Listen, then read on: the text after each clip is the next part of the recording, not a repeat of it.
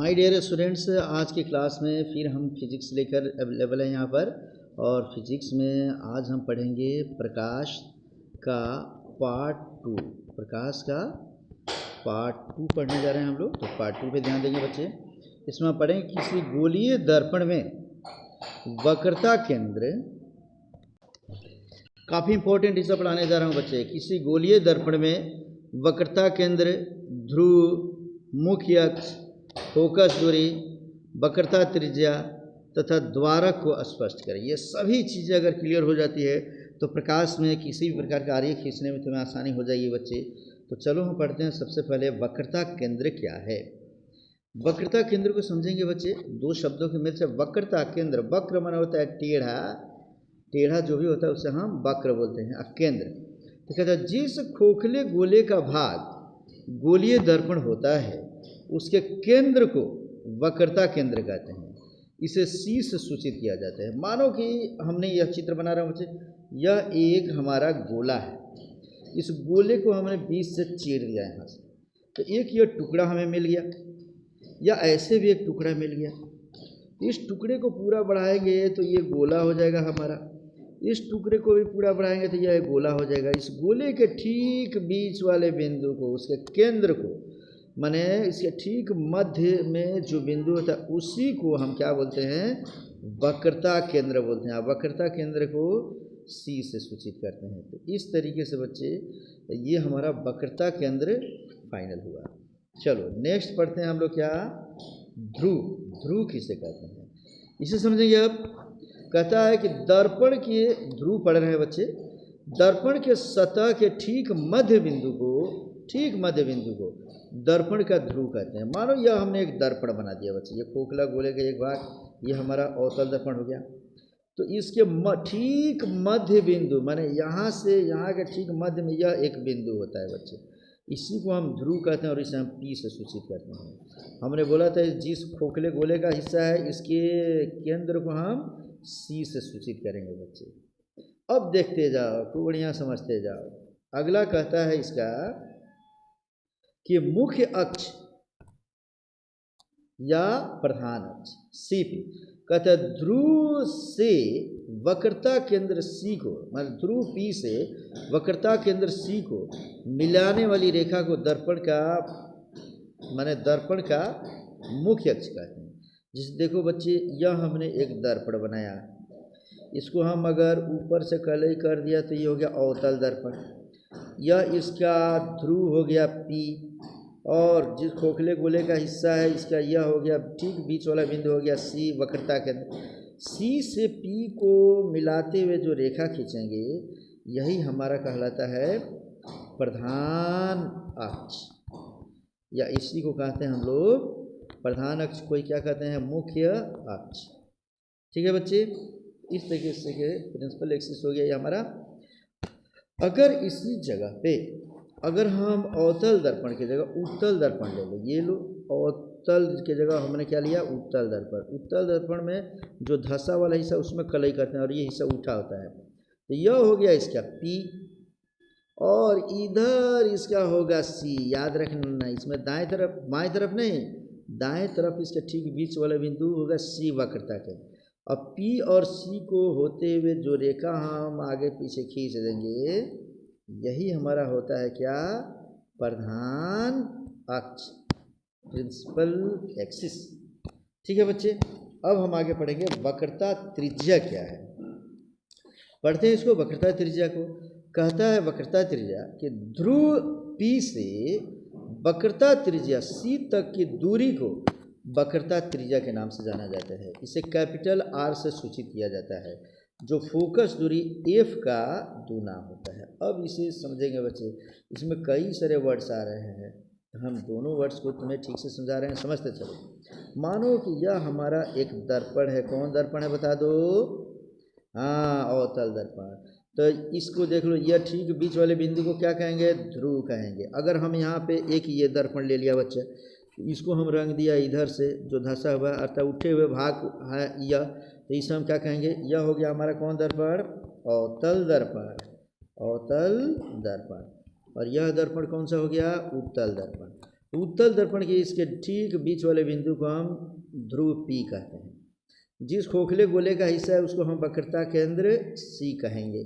इसका वक्रता केंद्र इधर बन जाएगा, ये बीच में C। तो वक्रता केंद्र और ध्रुव के होते हुए अगर हम इसको मिला देते हैं, इसको भी ध्रुव और वक्रता केंद्र होते हुए मिला देते हैं, तो ध्रुव, ये देखो ध्रुव और वक्रता केंद्र के ठीक यहाँ से लेकर और यहाँ तक के दोनों के बीच के दूरी को वक्रता त्रिज्या कहते हैं। क्या कहेंगे? वक्रता त्रिज्या। और इसे R से सूचित कर, जैसे यहाँ ध्रुव हो गया, देख लो ये सामने, और यहाँ हो गया वक्रता केंद्र, दोनों के बीच की दूरी को वक्रता त्रिज्या कहते हैं। तो वक्रता त्रिज्या समझ में आ गया बच्चे? देख लो यहाँ से लेकर और इसके ठीक सामने के बीच की दूरी को वक्रता त्रिज्या कहेंगे बच्चे। वक्रता केंद्र और ध्रुव के ठीक बीच में इसका फोकस बिंदु होता है, याद रखना है। वक्रता केंद्र और ध्रुव के बीच में, इसी को हम आगे पढ़ रहे हैं बच्चे, फोकस या फोकस बिंदु। क्या पढ़ेंगे? फोकस या फोकस बिंदु। कहता है कि मुख्य अक्ष के समानांतर, मुख्य अक्ष के समानांतर जो CP था, आने वाली प्रकाश की किरणें परावर्तन के बाद प्रधान अक्ष के जिस बिंदु पर मिलती है, जिस बिंदु पर मिलती है या मिलती हुई प्रतीत होती है, तो उसे फोकस या फोकस बिंदु कहते हैं। खूब ठीक से समझो बच्चे, इसे फिगर से समझो। हम दोनों फिगर फिर से बनाएंगे। यह अवतल दर्पण हो गया बच्चे, देख लो, यह हमने बना दिया। यहाँ बना रहे हैं अवतल दर्पण, यहाँ बनाएंगे हम उत्तल दर्पण। अवतल दर्पण में ऊपर कलई किया गया रहता है और उत्तल दर्पण में अंदर कलई किया गया रहता है।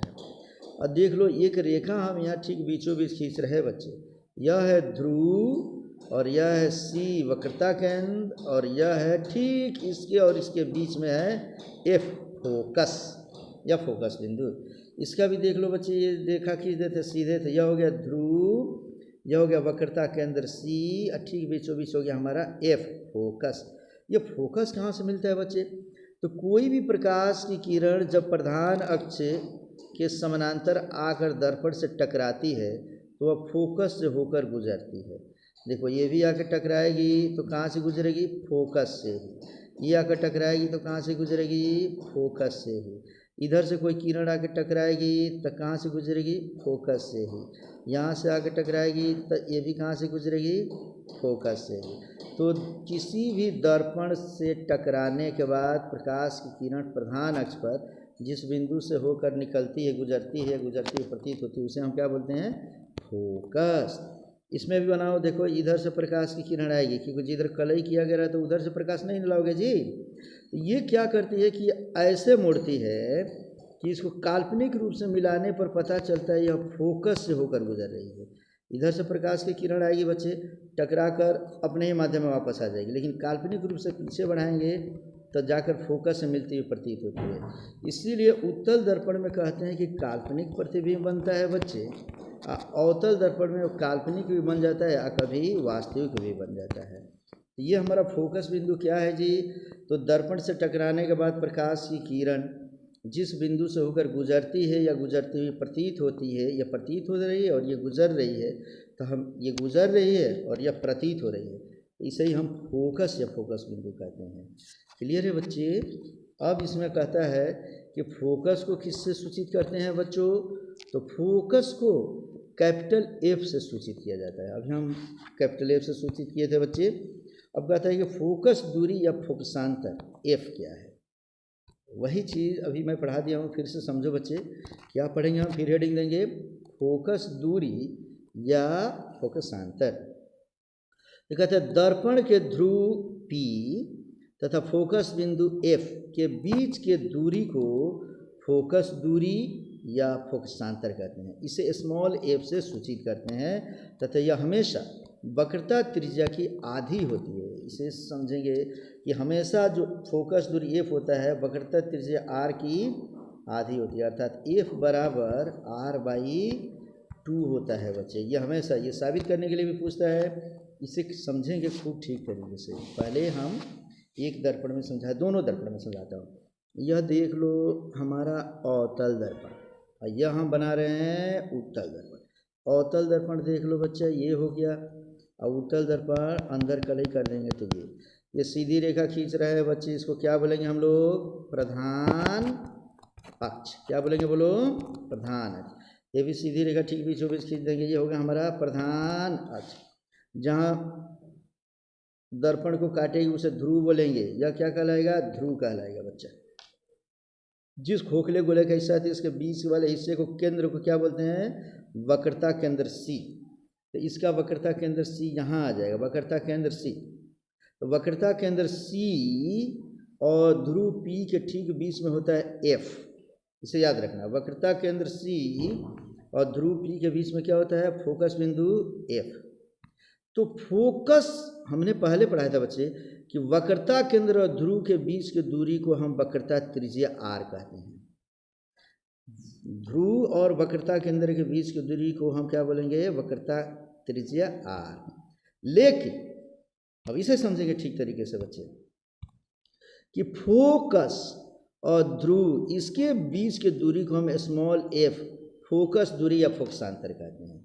जैसे यहाँ ध्रुव और एफ के बीच की दूरी को हम क्या करेंगे? Small F. स्मॉल एफ को कहते हैं फोकस दूरी। क्या कहेंगे जी? फोकस दूरी, या इसी को हम क्या कहते हैं? फोकसांतर। फोकस दूरी या फोकसांतर, इसे स्मॉल एफ से सूचित करते हैं। तो देखो बच्चे, जितनी चूंकि यह वक्रता केंद्र और ध्रुव के दूरी को हम आर कह देंगे और दोनों के ठीक बीच में यह एफ है, तो जितना दूरी इधर है उतना ही दूरी इधर माना जाएगा। इसीलिए आर बराबर हम लिखते हैं एफ प्लस एफ, माने क्या? 2f।